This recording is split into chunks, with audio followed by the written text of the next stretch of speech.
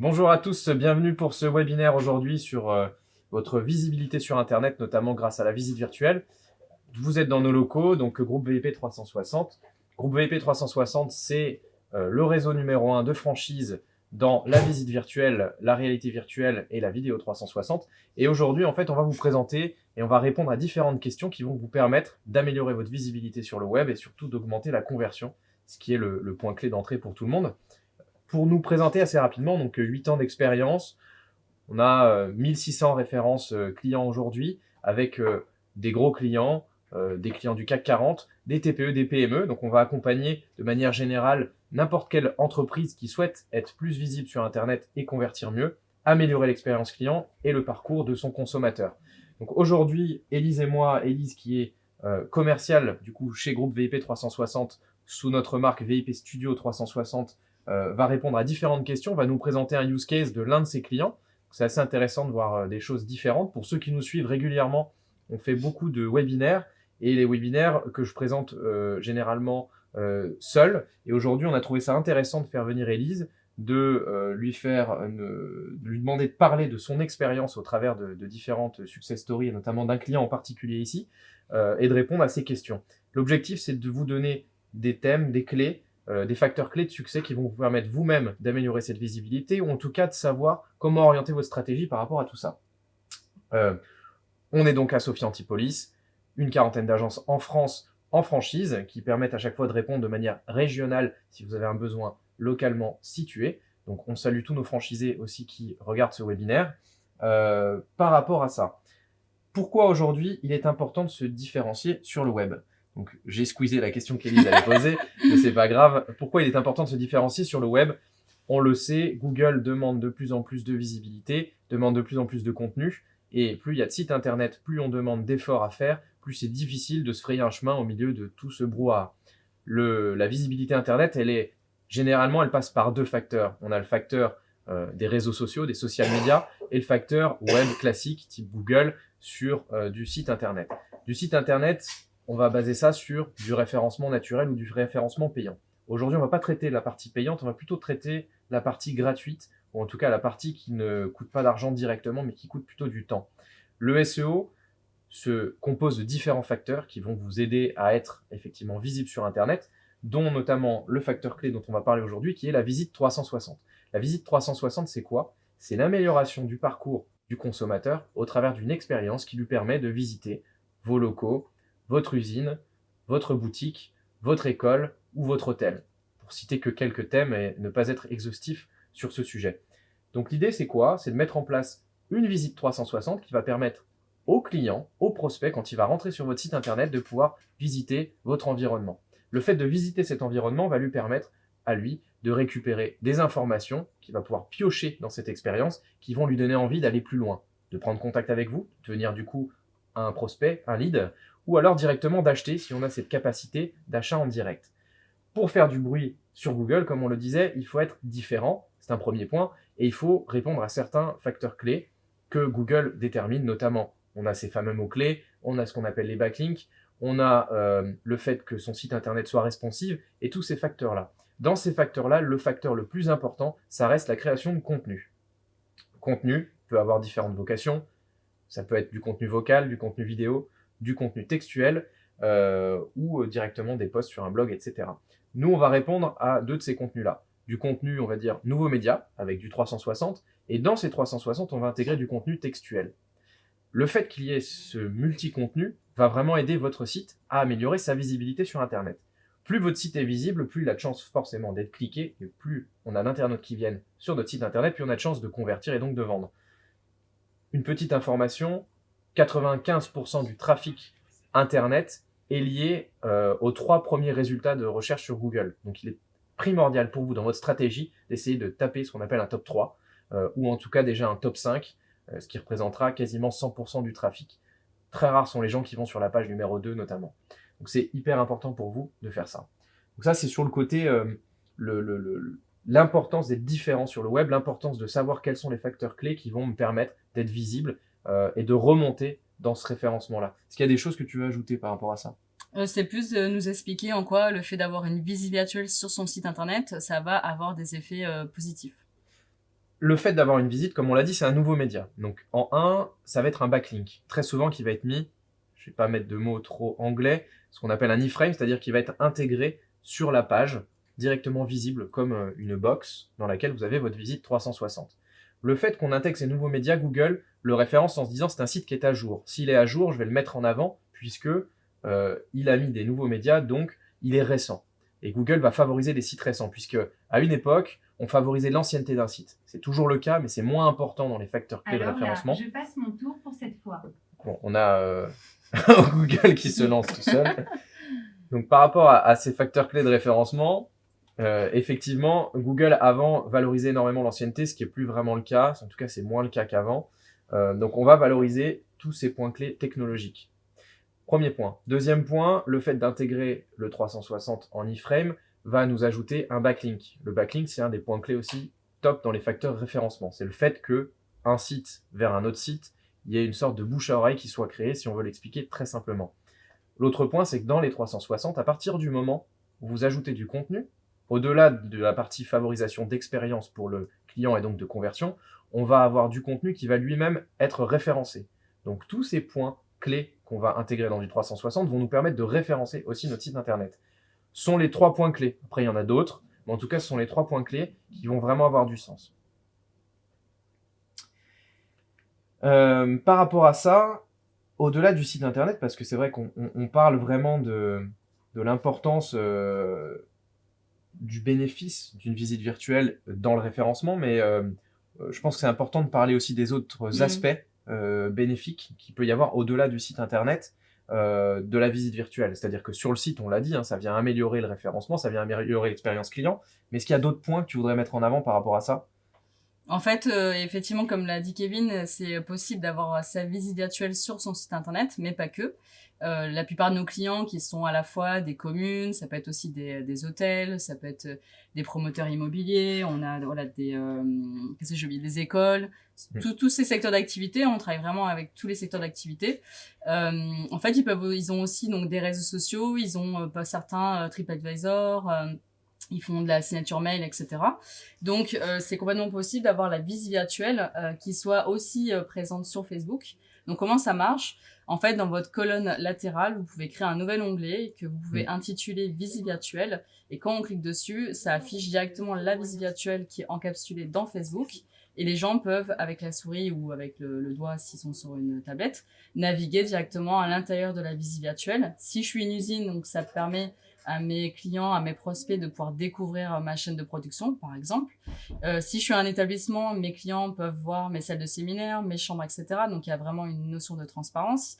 Et pour une école, ça permet de valoriser tout ce qui va être infrastructure, surtout qu'on va être sur une cible intéressante puisqu'on s'adresse autant aux parents qu'aux enfants qui vont utiliser les réseaux sociaux. Et ça permet aussi de pouvoir faire du bouche-oreille, etc.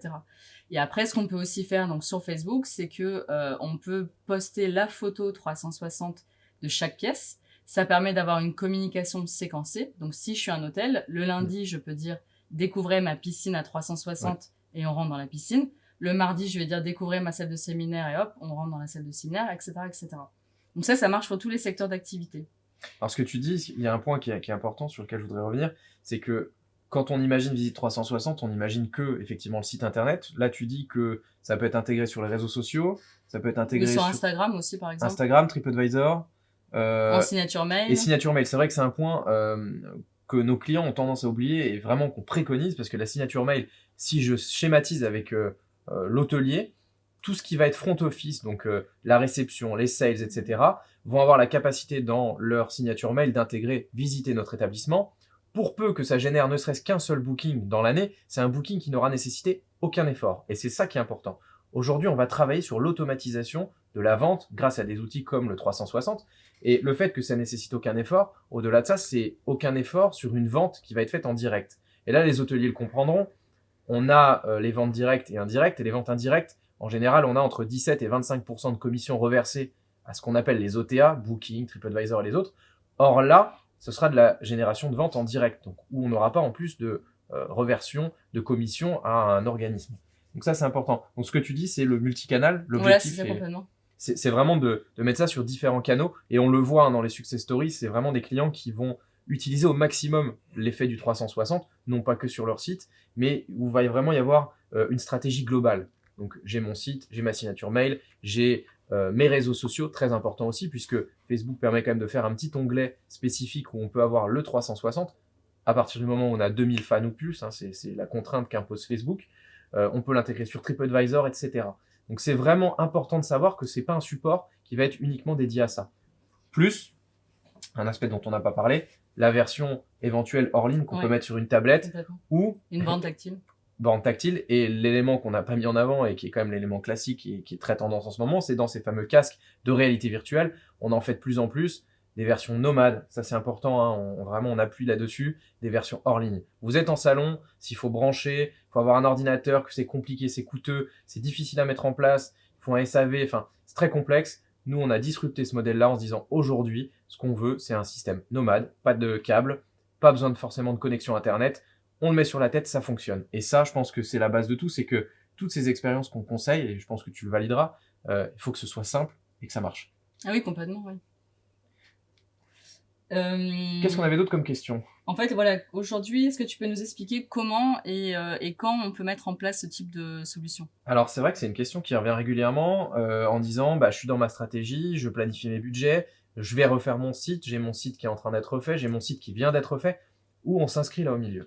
Ce qu'il faut comprendre, c'est que l'outil 360 degrés, la visite virtuelle, même la VR, sont des outils qui sont du contenu.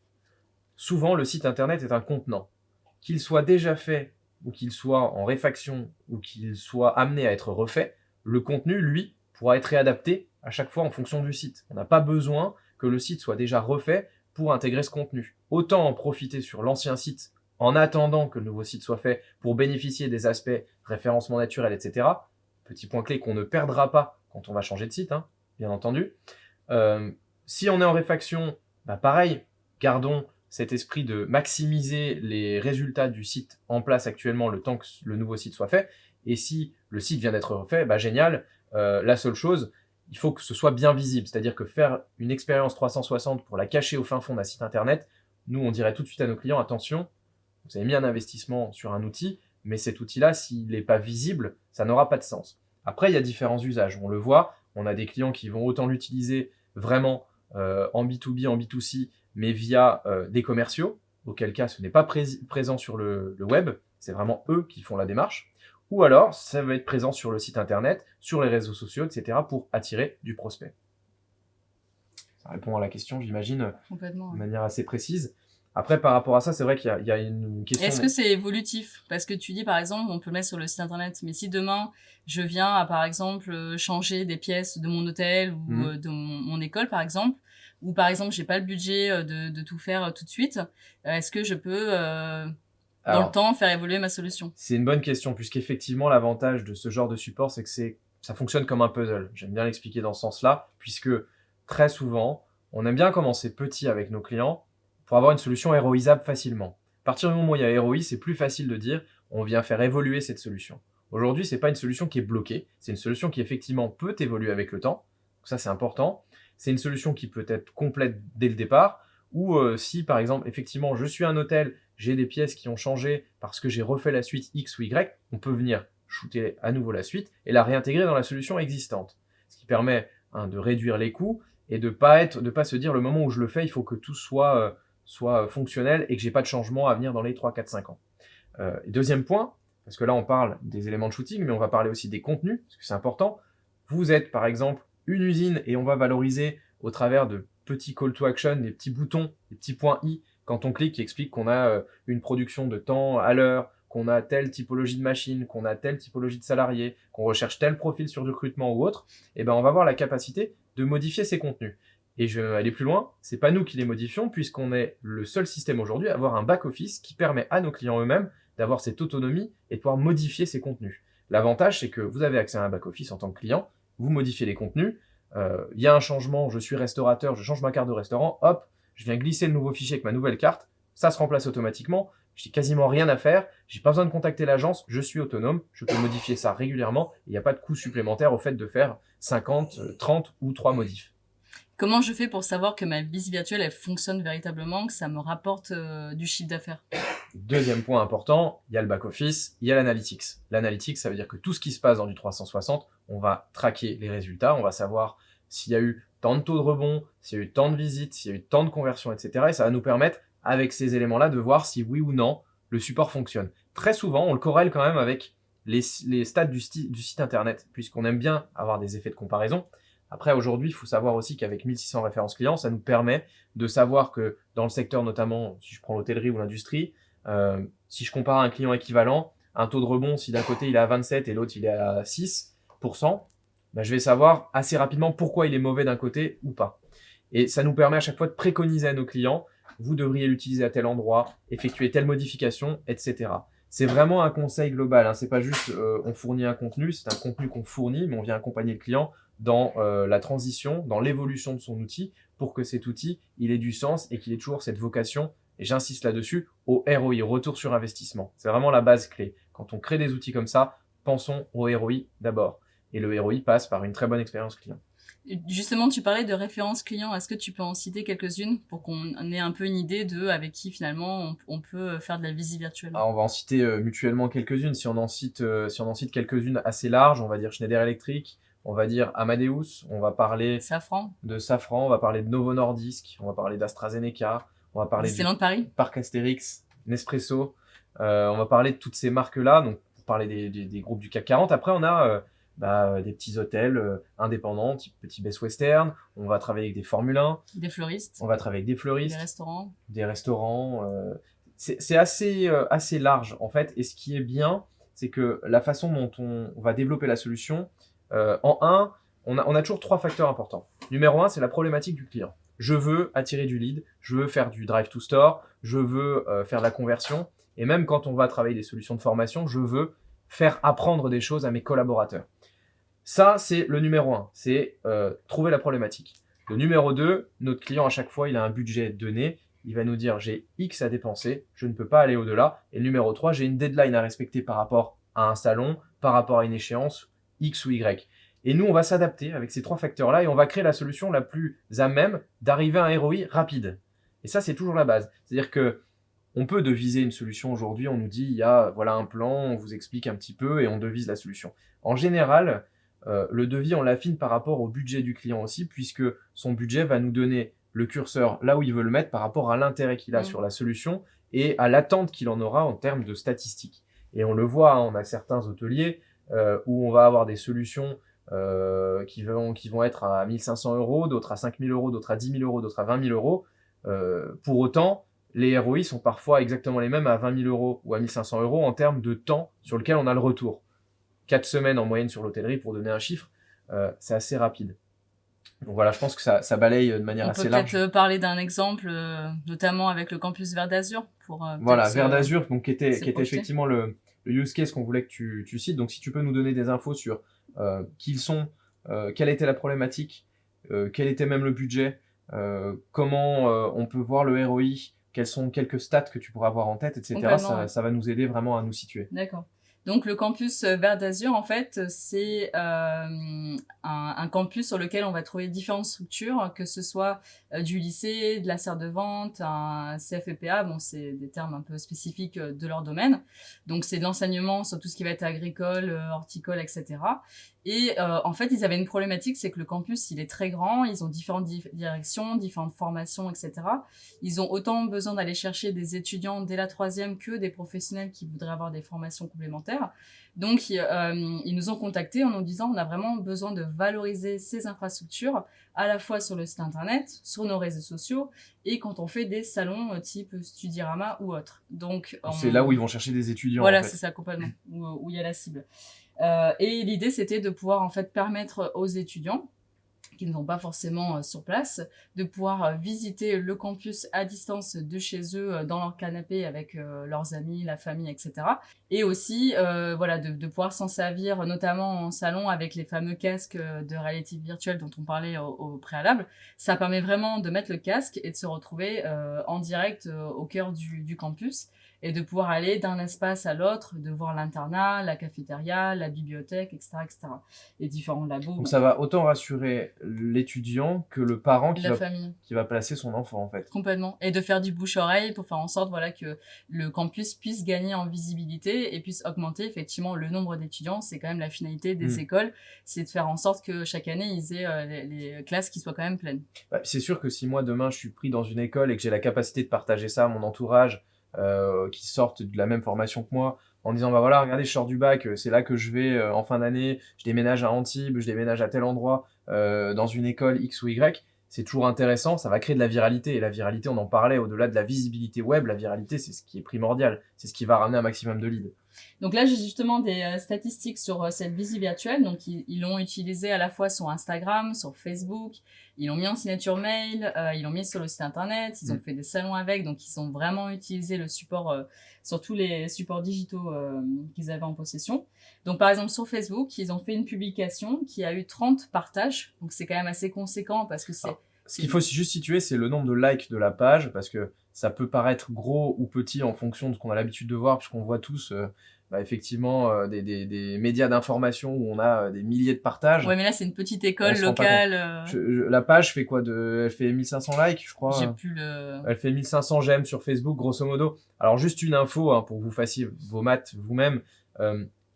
Facebook a un algorithme qui permet aujourd'hui que quand vous ayez une page professionnelle, notamment cette école, vous envoyez une information, seul 1% de la totalité du nombre de j'aime que vous avez vont avoir accès à cette publication, vont la voir dans leur fil d'actualité. Donc, si on prend une personne qui a 1000 j'aime, seules 10 personnes seront touchées. Et c'est là que c'est important, donc on est en train de vérifier en même temps le nombre de likes exact de cette page, et c'est là que c'est important, parce que si cette école, même si elle a 2000 likes, ça veut dire que 20 personnes ont été touchées. Mais on a eu 30 partages. 30 partages, ça veut dire que 30 personnes ont pris la peine de prendre le post, de le partager en disant c'est un post qui m'a plu, ou en tout cas qui a de la valeur ajoutée pour mon audience. 30 personnes, alors qu'on en touche 20, c'est-à-dire qu'on a plus de 100% des gens qu'on a touchés qui vont partager le post. Donc ça dénote ce qu'on appelle le taux d'intérêt. Le taux d'intérêt, il va dénoter derrière sur la conversion, le ROI, etc. Donc là, à mon avis, c'est pas la page officielle, mais est-ce que j'ai 600 personnes Si, c'est ça.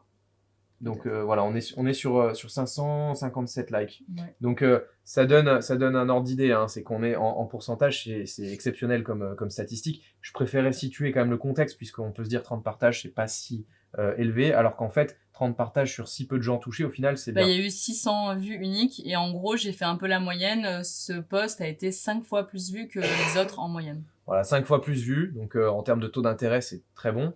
Sachant que, encore une fois, 600 vues à peu près sur 557 personnes à la page, ça veut dire qu'on a touché plus de 100%. Donc on a eu même de la viralité qui allait au-delà des gens qui aimaient cette page, et c'était ce qui était le but, à savoir que ce post-là n'a pas été sponsorisé, c'est-à-dire qu'il n'y a pas eu d'achat spécifique sur Facebook pour le mettre en avant. Ça a vraiment été un post classique qui a été fait par cette page. Donc il n'y a pas eu de coût annexe à la production du contenu. Complètement, ouais.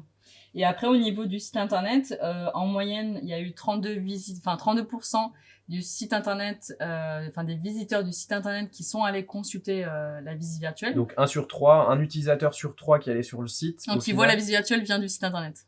D'accord. Ok. C'est peut-être plus clair comme ça. Et donc ce qui est vraiment super, et en moyenne, les gens vont rester presque 4 minutes à explorer les différentes pièces de la visite virtuelle. Je reviens juste sur le point d'avant, ça veut dire que 2 internautes sur 3 ne viennent pas du site internet et arrivent sur la visite virtuelle. Ça veut dire qu'elle allait chercher du trafic que le site internet ne permettait pas d'avoir. Complètement. C'est important de l'expliquer comme ça. Ça veut dire que on a certes un tiers, donc 30% de notre trafic qui vient du site internet, ce qui est logique puisque les gens voient la visite sur le site, mais on a 2 tiers qui proviennent soit des médias sociaux, soit de viralité, soit de trafic qui pourrait provenir des signatures mail ou autres. Donc c'est assez important. 2 tiers, c'est quand même plus de 60% des gens qui sont du trafic que le site internet n'aurait pas drainé. Donc c'est des prospects supplémentaires que le site n'a pas drainé. Donc ça, c'est assez intéressant. Il faut bien l'expliquer dans ce sens-là, puisque je pense que ça fait sens. Donc ça, c'était des stats sur les 4 premiers mois de la visite virtuelle. Et après, effectivement, comme je disais, les gens restent en moyenne 3 minutes 52 à parcourir l'établissement, aller de pièce en pièce, etc. Donc ça, c'est un super temps de consultation. C'est un super temps si on le compare, effectivement, puisque l'audience, c'est pas forcément, mais le temps moyen passé sur un site internet en France aujourd'hui, il est entre 26 et 30 secondes. Donc là, on est à 3 minutes 52. Enfin voilà, ça veut dire aussi que le trafic qu'on a est du trafic qualitatif. Parce que c'est bien de drainer énormément de trafic, mais s'il convertit pas, ça n'a aucun sens. Or là, on sait que ce trafic, s'il passe du temps, c'est qu'il a de l'intérêt pour ce qu'il voit. Et ensuite, dernière stat, il y a eu 3000 visiteurs uniques sur les 4 premiers mois. Donc, ce qui est quand même assez important vu le nombre d'étudiants qu'il peut y avoir localement. Donc, ça a eu un gros impact. On parle d'un petit campus de quelle ville? Antibes. Antibes. Enfin, vraiment, on est sur un marché niche. Hein. C'est ça qu'il faut remettre encore une fois, parce que 3000, ça peut paraître beaucoup comme paraître très peu. Mais c'est énorme aujourd'hui, parce que 3000, ça pourrait remplir, je sais pas combien de promotions, mais un certain nombre. Donc ça, c'était les stats du campus. Donc effectivement, ils étaient super contents. On a du coup décliné la solution sur d'autres pièces du campus, puisque effectivement, les autres entités ont voulu aussi qu'on montre les Donc autres on a labos, commencé, etc. on a fait un premier one-shot sur une partie du campus. Une partie, ouais. Suite à ce ROI, ces statistiques, la satisfaction du client. Ils ont débloqué du budget. Ils ont débloqué du budget pour aller plus loin. Pour aller plus loin. Et on a même été invités à un salon. Et donc, on a tous les campus agricoles de France qui ont été invités, qui ont vu nos solutions. Et là, on a déjà 2 demandes pour 2 autres écoles. Pour déployer. Sachant que le milieu des écoles, c'est un milieu qu'on connaît bien. On travaille, si on en cite quelques-unes, on travaille avec beaucoup d'écoles de commerce. D'ostéopathie. INSEC, avec l'ostéopathie, Atman, etc. On travaille avec des CFA, on travaille avec les écoles de Condé, on travaille avec Polytechnique, on travaille avec les Compagnons de Tour de France, Compagnons de Devoir, etc. Donc ce milieu-là, c'est prouvé. Enfin, on sait que ces solutions-là fonctionnent vraiment très bien à partir du moment où elles sont réfléchies dans la stratégie et que, on l'a dit juste avant, ce soit utilisé aux bons endroits, au bon moment, avec une vraie solution qui a de la valeur ajoutée pour l'internaute. Puisque, encore une fois, si vous vous faites plaisir en produisant un contenu de ce type-là, mais que vous ne pensez pas à l'internaute, à la destination finale, ça n'a aucun sens. C'est l'expérience client avant tout. Et je sais que là-dessus, toi, t'es très axé là-dessus, sur vraiment l'expérience finale de l'utilisateur. Il faut que tout fonctionne bien, il faut que le parcours soit fluide et qu'il ait de la valeur ajoutée. Toutes les infos, il faut qu'elles aient du sens. Complètement, ouais. Et pour finir, est-ce que tu pourrais nous dire peut-être sur 2020, quelles vont être les tendances de la visite virtuelle? Est-ce qu'on a eu des demandes particulières ou on va réorienter un petit peu nos produits sur des choses un peu spécifiques? Alors, on a 2 secteurs d'activité qui décollent plus rapidement que d'autres cette année, en tout cas, qui nous montrent et qui nous donnent une tendance. Le numéro 1, c'est la promotion immobilière, là où les années précédentes, c'était pas forcément un secteur qui était très présent dans nos clients. Aujourd'hui, on peut parler de Vinci, on peut parler de FH, on peut parler de marques comme celle-ci. Mais ce secteur-là est très développé puisque on est une génération et on target une génération Y, X, Y et Z, on va dire, qui n'achète plus sur plan comme avant avec 3 perspectives à plat en arrivant à se projeter. Surtout du primo-accédant qui est un peu plus, qui fait un peu plus attention, etc. On est dans une conjoncture qui est un peu plus complexe. Donc, on a besoin d'un maximum d'informations pour rassurer l'utilisateur. Donc là, on les aide vraiment en déployant des solutions 360. C'est important d'en parler puisque la promotion, c'est du non construit, c'est-à-dire qu'on base nos solutions sur de la 3D. Et la 3D, ça prouve qu'on arrive à construire autour de solutions non existantes, en se basant sur des plans. Le deuxième sujet, c'est la formation. C'est vrai que la formation, je pense que cette année sera le client numéro 1, si on doit prendre une thématique, puisqu'on fait beaucoup de modules. L'objectif, c'est de former mieux ses équipes, de recruter mieux son équipe, et surtout d'avoir des modules qui donnent envie d'être formés, puisque la formation, c'est un vrai enjeu pour la plupart des sociétés. Comment je forme, comment je fais de la prévention au risque, comment j'explique à mes salariés que c'est important si demain il y a une alerte incendie, s'il y a une attaque terroriste, qu'ils se comportent de telle ou telle manière. Et ça, on a des vraies solutions qui permettent de traquer le comportement de chacun, de voir un petit peu les résultats, et d'avoir un ROI aussi, pas en argent, puisque retour sur investissement, normalement, il est mis de côté, là c'est retour sur information, return on information. Donc le ROI, là c'est combien d'informations j'ai retenues de cette formation. Et on arrive à des taux de rétention d'informations 75 à 100% supérieurs à un module standard, type PowerPoint, je vais former mes collaborateurs classiques. Donc là, et en plus, au-delà de ça, hein, c'est un module qu'on peut automatiser, puisque une fois que je l'ai fait, je peux le refaire autant de fois que je le souhaite. J'ai pas forcément besoin d'avoir une personne qui soit là en présentiel pour former mes collaborateurs. Tu as peut-être un autre vecteur à rajouter sur 2020, sur toi, ce que tu penses?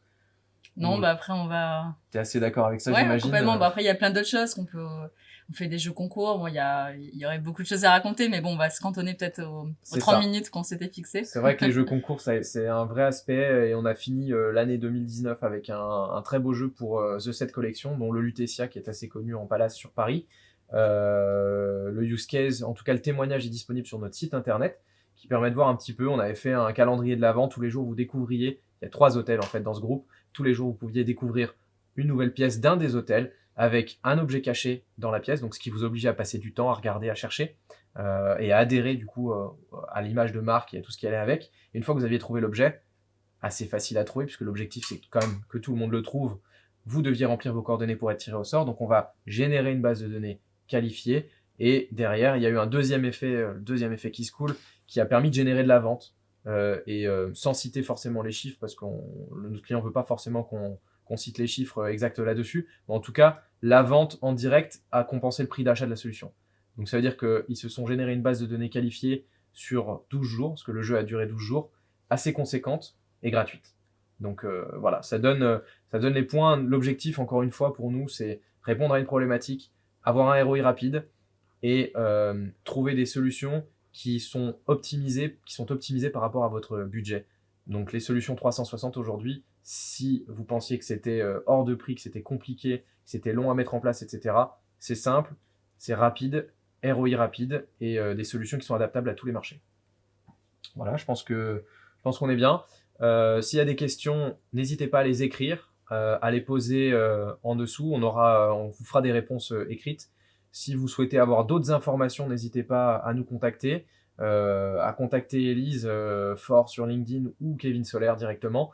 Vous pouvez nous contacter et nous demander soit une présentation un peu plus évoluée, soit directement des exemples dans le secteur d'activité que vous représentez. On le fera avec grand plaisir. Merci à tous. Merci à tous.